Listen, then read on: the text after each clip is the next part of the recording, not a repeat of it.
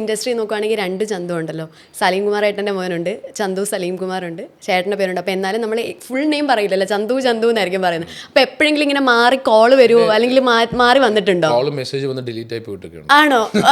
എന്തെങ്കിലും ഒരു ഇൻസിഡന്റ് പറയോ നമ്മളോട്? പറയുന്നില്ല. അതൊരു വലിയ സക്സസ്ഫുൾ സിനിമയായിരുന്നു ഇവിടെ.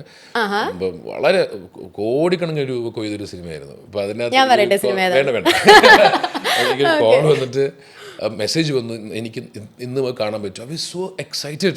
വന്നിരിക്കുന്ന അയച്ചിരിക്കുന്ന ഒരു ആക്ടറാണ്, എനിക്ക് അറിയുന്നുണ്ട്. അപ്പോൾ ഞാൻ വരാമല്ലോ ബ്രോ എന്ന്. പക്ഷേ I think got me wrong. അപ്പോൾ അത് മറ്റേ ചന്തുവായിരുന്നു. അല്ല, ഒന്നും സങ്കടമൊന്നുമില്ല കേട്ടോ. പക്ഷേ ഇങ്ങനെ മാറി വന്നിട്ടൊക്കെ ഉണ്ട്. മെസ്സേജ് വന്നിട്ടുണ്ട്, ടിക്കറ്റ് എത്തിയല്ലോ അല്ലേ? ഏത് ടിക്കറ്റ്? ഫോർ മറ്റേ ചന്തുവിന്.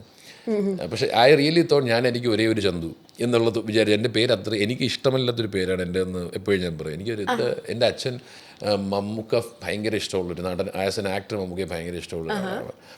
അപ്പം വടക്കൻ വീരാതെ കണ്ടിട്ടാണ് എനിക്ക് പേരിടുന്നത് ചന്തു എന്ന്. അപ്പോൾ അതൊക്കെ അച്ഛൻ പറയാറുണ്ട്.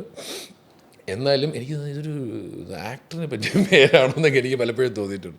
ഞാൻ എപ്പോഴും ആക്ടർ പറ്റുമോ, ഡോക്ടർ പറ്റുമോ, പൈലറ്റ് പറ്റുമോ, പറ്റുമോ എന്നൊക്കെ ആലോചിക്കുന്നത്. അവസരം ഞാൻ പറയും ചന്തു ഒരു ഗുണ്ടൊക്കെ ഇടാൻ പറ്റുന്നത് ചന്തു എന്നൊക്കെ പറയാം, അങ്ങനെയൊക്കെ. But I am loving the name now. എല്ലാവരും ഇപ്പോൾ ചന്തുനാഥ് എന്നാണിക്കുമല്ലോ നമ്മളിവർ എന്താ പറയുന്നൊരു പ്രൊഫഷണൽ എൻവയോൺമെൻറ്റിൽ പറയുന്നത്. ചന്തുനാഥ് അല്ലേ എന്നാണ് ചോദിക്കുന്നത്. പിന്നെയാണ് സ്നേഹം.